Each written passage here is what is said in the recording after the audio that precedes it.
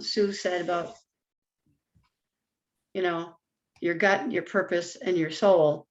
I've been in the process of making sure I'm aligning up because I feel like I've been a little out of alignment. And it's hard sometimes when your purpose is strong, yet your gut is saying something else, you know, and it's like, huh. And, and so I've been working with someone on the soul aspect of things. So it's kind of interesting how that came up today. And it was like, oh, that's where I'm at. That's what's going on. So what are you learning about how all those pieces fit together? I'm not certain. That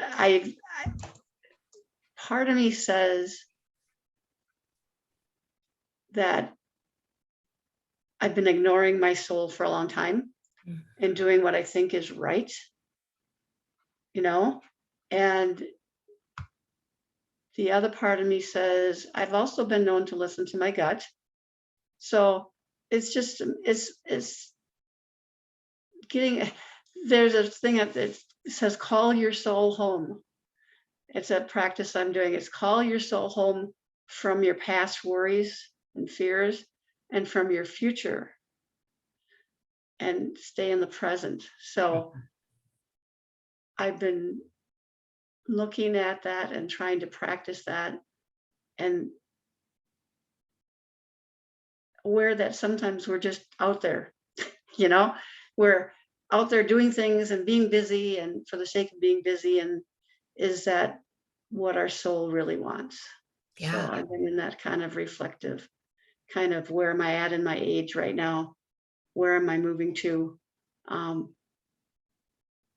And I'm finding I like spending quiet mornings and not hurrying off to do things. But then I get stuck with not wanting to do things. And it's like, so it's a quandary sometimes.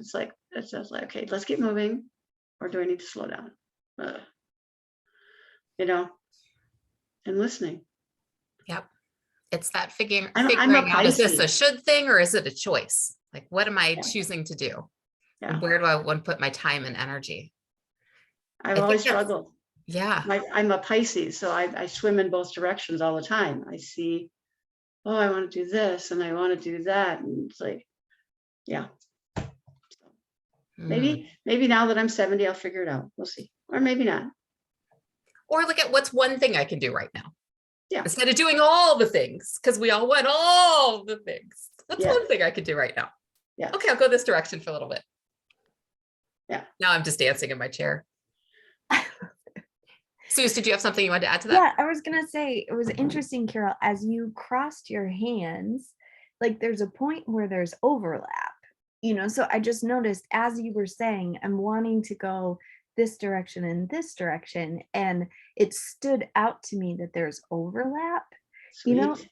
and then I got a picture in my mind about circles, you know, that overlap. Like, what if you could take the ideas that keep on coming, that I want to do these things, and find the overlap, Right. and then be able to, like, what if there's a middle ground? Like, I love to live in high or low, and like a ton of stuff or zero things. Like, it's on or off, like not really the dimmer, you know. Yeah. And so I've been learning what is the middle, and like in thinking about your GPS, like really asking yourself, what is my gut, you know, because like I said before, my gut is like an urge that I know lines up with who I am, right? If I get an urge that is like, if I get an urge to flick somebody off on the road, that is not me. That is far from me.